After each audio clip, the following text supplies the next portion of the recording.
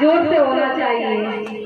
बोल हरिगिर महाराज की, बोल पथरारी मैया की,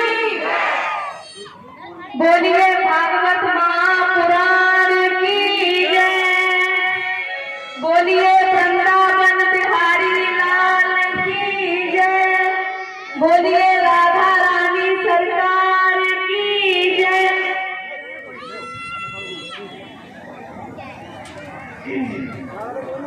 गुरुर् ब्रह्मा गुरुर्विष्णु गुरुर्देवो महेश्वर,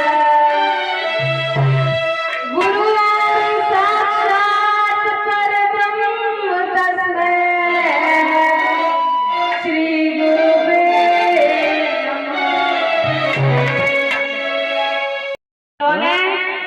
गुरु महाराज के वचनों का कड़ाई के साथ पालन करके हमारा इतिहास स्वर्ण अक्षरों में लिख दिया है।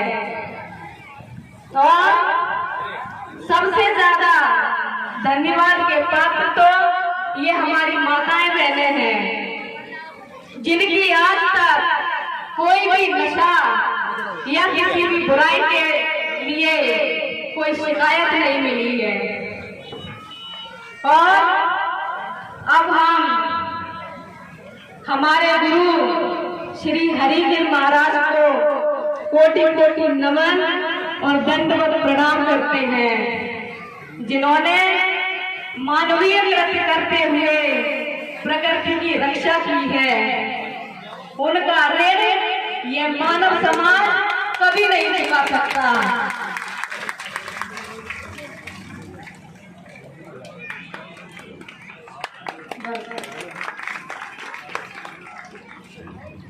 क्योंकि पहले क्या क्या बुराई थी हमारे समाज में, थोड़ा ध्यान देना।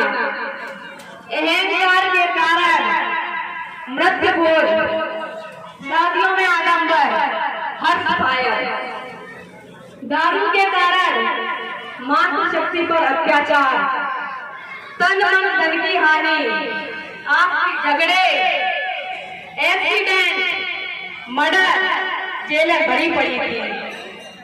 लालची दहेज के कारण अबलाएं जिंदा जल रही थी, मासूम बच्चियों की हत्याएं हो रही थी, बच्चियों की शिक्षा और सुरक्षा खतरे में पड़ गई थी, मानवता पर दानवता हावी हो गई थी।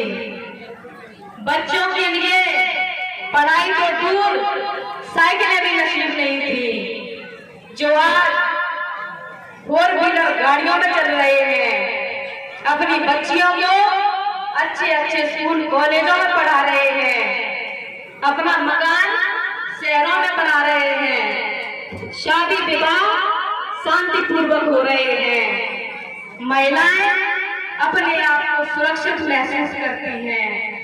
यह सब महाराज जी की कृपा, उनकी तपस्या और राम नाम की महिमा का ही परिणाम है।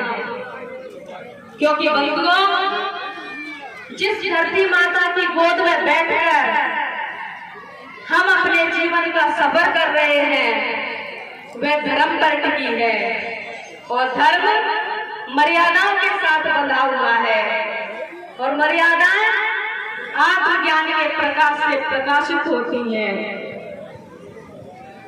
और आत्मज्ञान सदाचार से प्रकट होता है, संयम नियम से प्रकट होता है।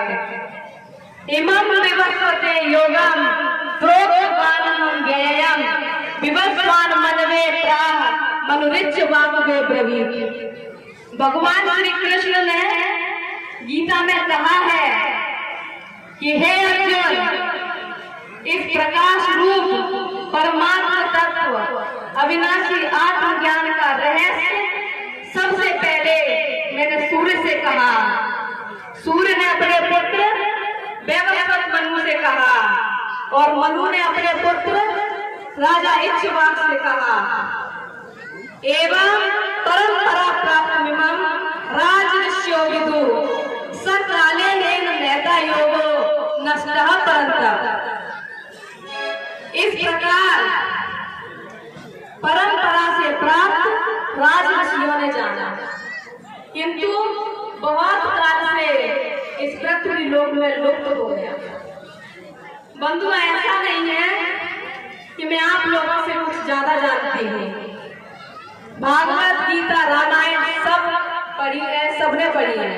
समय समय पर याद दिलाना जरूरी होता है। धूमेना व्रियते वही रेखादर्शो मलेन च यथोल देना व्रतो गर्भस्थता तेने दमाव्रतम।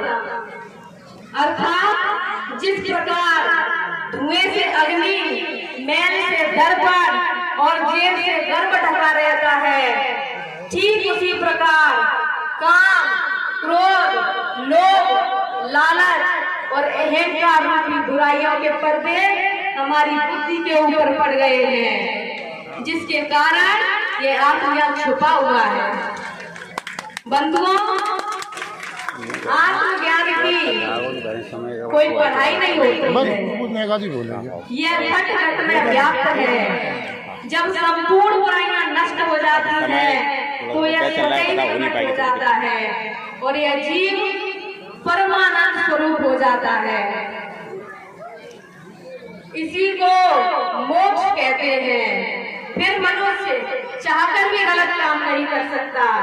यही भागवत कथा का भी उद्देश्य है और भागवत कथा का मूल उद्देश्य अंधविश्वास को खत्म करके परमात्मा का वास्तविक रूप का दर्शन करवाना होता है।